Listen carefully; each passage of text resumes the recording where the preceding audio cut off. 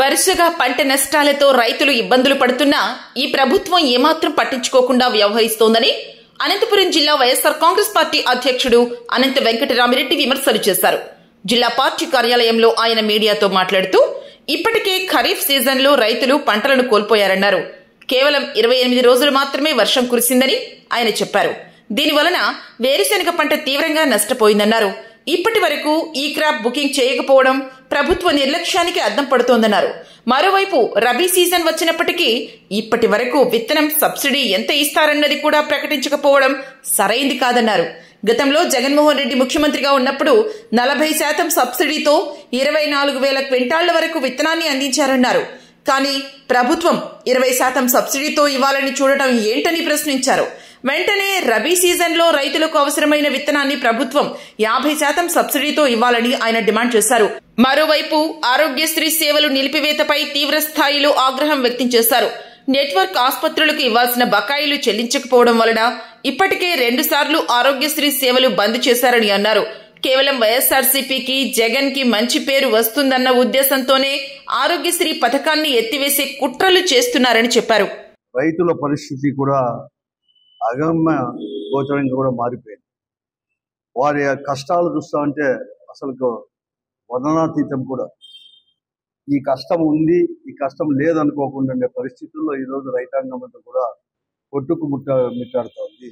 ఈరోజు రాష్ట్రంలో ప్రభుత్వం మాత్రం ఈ పరిస్థితులు అన్నీ తెలిసినా వారి దృష్టికి తీసుకొని పోయినా వారి కనీసం చీమ కుట్టినట్లు కూడా ఈరోజు కూడా లేకుండే పరిస్థితి కూడా ఈ రాష్ట్రంలో కూడా ఉంది. కూడా విత్తనాల సరఫరా దగ్గర నుంచి ఎరువులు అందుబాటులో తీసుకొచ్చేంత దాంట్లో కూడా పూర్తిగా కూడా ఈ 2 విషయాల్లో కూడా పూర్తిగా కూడా వైఫల్యం కూడా చెందింది. గిట్టుబాటు ధర అన్నా కల్పిస్తారంటే గిట్టుబాటు ధర కూడా ఎక్కడ ఏ పంటకు కానీ, ఈవెన్ హార్టికల్చర్లో పండించే పండ్లకు కానీ ఏ దానికి కూడా గిట్టుబాటు ధర లేకోకుండా ఈరోజు రైతాంగమే రోడ్లలో పడేసే పరిస్థితి. కేవలం వ్యాపారస్తులకు మాత్రమే కొమ్ము వస్తుంది తప్ప మామూలుగా జనరల్ మార్కెట్లో మాత్రం ఎక్కువ రేట్లు ఉన్నాయి, కానీ రైతానికి మాత్రం గిట్టుబాటు ధర కూడా ఇవ్వలేని పరిస్థితి కూడా ఉండిన పరిస్థితి కూడా ఈ 18 నెలల్లో కూడా మనం చూస్తూనే ఉన్నాం. ఇప్పటికే ఈ ప్రభుత్వం వచ్చిన తర్వాతనే 2 ఖరీఫ్లు కూడా పూర్తి అయిపోయినాయి. ఒక రబీ కూడా పూర్తి అయిపోయి ఇంకా రబీ కూడా మళ్ళీ 2వ రబీ కూడా ఒక 4-5 రోజుల్లో కూడా వచ్చే పరిస్థితి కూడా ఈరోజు కూడా ఉంది. ఈ జిల్లాలో అనంతపురం జిల్లాలో 8.5 లక్షల ఎకరాలు సాగు భూమి అనేది కూడా ఉంది. దాంట్లో దాదాపుగా ఒక సగం భాగం 40-45% వరకు కూడా ఏదో ఒక విత్తనం వేరుశనగ, ఇవన్నీ కూడా వేరుశనగ, జొన్న, ఇవన్నీ కూడా కంది, ఇటువంటి విత్తనాలన్నీ కూడా వేయడం కూడా జరిగింది. కానీ ఆ తర్వాత జూను జూలైలో ఎక్కడ కానీ వర్షం చుక్క అనేది కూడా లేకుండా పోయింది. ఎక్కడ కానీ వర్షాలే రాలేదు. దానివల్ల పెద్ద ఎత్తున కూడా ఆ పంటలు ఎండిపోయి పెట్టకొట్టి ఎక్కడ కానీ దిగుబడి దానిపైన కూడా దాని ప్రభావం పెద్ద ఎత్తున ఉంది. నష్టపోయే ప్రభావం కూడా. ఆలస్యంగా కురిసిన వర్షాలు ఆగస్టులోనే దాంట్లో ఏదో జొన్న అంట, సద్ద అంట, ఇట్లాంటి కొర్రలంట, ఇట్లాంటివన్నీ కూడా వేసుకోవడం జరిగింది. ఈ 8.5 లక్షల ఎకరాల్లో 4 లక్షల ఎకరాలకు పైబడి ఒక వేరుశనగ వేస్తారు. ఎందుకంటే ప్రధానమైన పంట అనంతపురం జిల్లాలో వేరుశనగ పంట. 4-4.5 లక్షల ఎకరాలు వేస్తారని చెప్పి వ్యవసాయ శాఖనే చెప్పింది. వేస్తారని చెప్పేసి రెడీ కూడా అయినారు. కానీ 2,25,000 అంటే కేవలం 50% మాత్రమే వేరుశనగ పంట అనేది కూడా వేసిన రైతులు. అంటే ఈ ఖరీఫ్లు అంటే ఎటువంటి పరిస్థితుల్లో అనంతపురం జిల్లాలో నెలకొన్నాయో కూడా పూర్తిగా కూడా దీనివల్ల కూడా అర్థం కూడా అవుతుంది, అవగాహన కూడా కలుగుతూ ఉంది అందరికి కూడా. ఈ ఖరీఫ్ సీజన్లో 120 రోజులకు గాను కేవలం రెయినీ డేస్ అంటే వర్షం వచ్చిన దినాలు 28 మాత్రమే. 28 రోజులు కూడా 120 రోజుల్లో ఆగస్టులోనే, అంటే జూన్లో ప్రారంభమైనది ఆగస్టులోనే, సెప్టెంబర్కి పూర్తయింది కూడా ఆగస్టులోనే 18 రోజులు వచ్చింది. అనంతపురం జిల్లాలో మరొక మారు కూడా రైతాంగం అంతా కూడా కరువు బారిన పడింది. కరువుతో కూడా పెద్ద ఎత్తున కూడా నష్టపోతా ఉంది. ఇంతవరకు కూడా ఈ క్రాప్ బుకింగ్ కూడా అటు హార్టికల్చర్ ఈ క్రాప్ బుకింగ్ కాలేదు, 50% కూడా కాలేదు. ఇతర పంటలు కూడా సీజన్ ఏమో అయిపోతా ఉంది, 15-20 తేదీకి, అంటే సెప్టెంబర్ 15-20 తేదీకి అలా అక్టోబర్ అయిపోతుంది ఇప్పుడంతా కూడా. కానీ ఇంతవరకు కూడా ఈ క్రాప్ బుకింగ్ కాలేదంటే ఇన్సూరెన్స్ పరిస్థితి ఏమి, ఇన్పుట్ సబ్సిడీ పరిస్థితి ఏమి? ఇప్పటికే 23-24 ఇన్పుట్ సబ్సిడీ ఇవ్వలేదు, రైతాంగంకి ఇస్తామని చెప్తున్నారు. తర్వాత వాతావరణ బీమాది కూడా చెల్లిస్తామని చెప్పారు, చెల్లించలేదు. అలాగే 24-25 కూడా ఇన్పుట్ సబ్సిడీ ఇవ్వలేదు, వాతావరణ బీమాలు ఇన్సూరెన్స్ సొమ్ము కూడా రైతాంగానికి కూడా చెల్లించలేదు. ఇంతవరకు కూడా మాటలు ప్రకటనలకు మాత్రమే పరిమితమవుతుంది.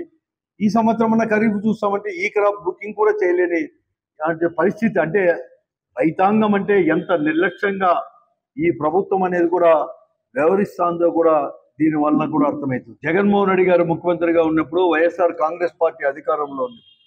పప్పు శనగ కానీ, వేరుశనగ కానీ, ఇత్తనాలు ఇవన్నీ కూడా 40% సబ్సిడీతో దాదాపుగా కూడా కావాల్సిన దానికంటే కూడా ప్రతి ఒక్క రైతుకు కూడా 5 ఎకరాలకే కాదు అంతకంటే ఎక్కువ కావాలన్నా కూడా సప్లై ఇచ్చేవారు కూడా అందరు కూడా.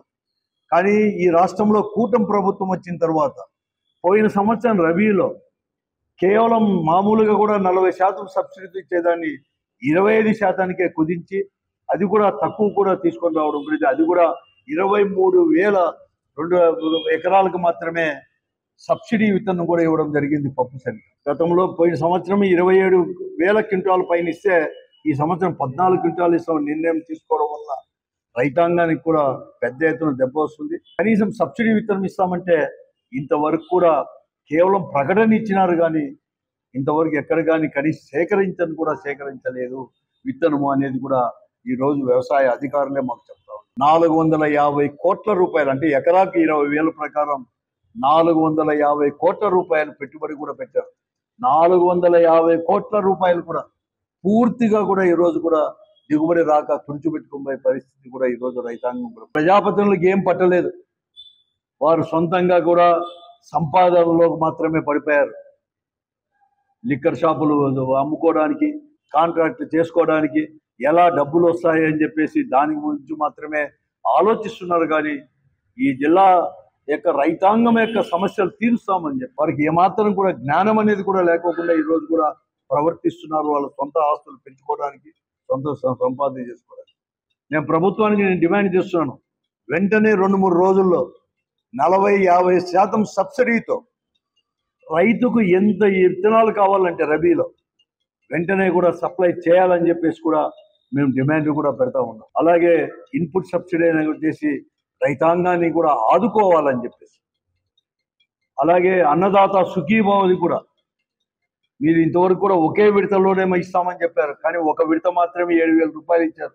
అది కేంద్రాన్ని రాష్ట్రాన్ని కలిపి ఇవ్వడం జరిగింది.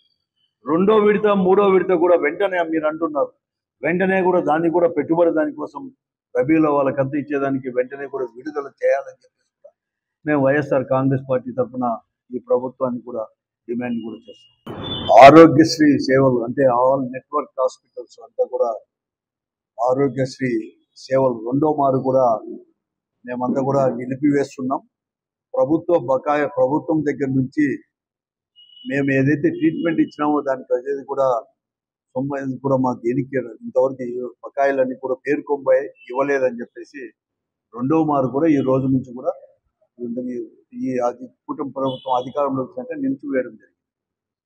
నేను ప్రభుత్వానికి చెప్పేది, ఈరోజు ఈ నెట్వర్క్ హాస్పిటల్ వల్ల ఒక కార్పొరేట్లో ఉండే హాస్పిటల్లో కూడా ఈ ఆరోగ్యశ్రీ పథకం వల్ల ఒక సామాన్యుడు ముఖ్యంగా ఎస్సీ, ఎస్టీ, బీసీ, మైనార్టీ పేద వర్గాల ట్రీట్మెంట్ అనేది కూడా తీసుకొని వస్తారు. ఈరోజు ఎప్పుడైతే నిలిపేశారో వారు వెంటనే తీసుకొని పోయి ప్రభుత్వ హాస్పిటల్ పైన, లేకుంటే అక్కడ కూడా స్థలం లేదని చెప్పి ఇవన్నీ కూడా నెలకొనే పరిస్థితులు కూడా ఉన్నాయి.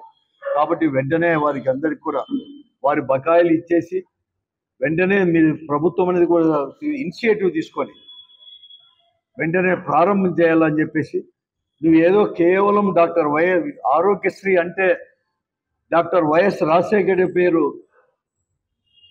గుర్తుకొస్తుందని చెప్పేసి, ఇదంతా కూడా రాజశేఖర రెడ్డి గారు, జగన్మోహన్ రెడ్డి గారికి కూడా చెందుతాయేమో అని చెప్పేసి ఒక భయంతో లేకపోతే ఒక కుట్రతో ఈ ఆరోగ్యశ్రీ పథకాన్నే నిర్వీర్యం చేసే పరిస్థితి కూడా ఈ రోజు కూడా వచ్చిన విషయాన్ని కూడా నేను ప్రభుత్వం దృష్టికి తీసుకున్నాను. ఇది మంచిది కాదు. ఇదంతా కూడా ఎంతో మంది పేదలకు ఉపయోగపడేది కాబట్టి వెంటనే బకాయిలు చెల్లించి వెంటనే అవన్నీ కూడా ఈ నెట్వర్క్ హాస్పిటల్లో కూడా ఆరోగ్యశ్రీ యొక్క సేవలు అనేది కూడా పునరుద్ధరించాలని చెప్పేసి కూడా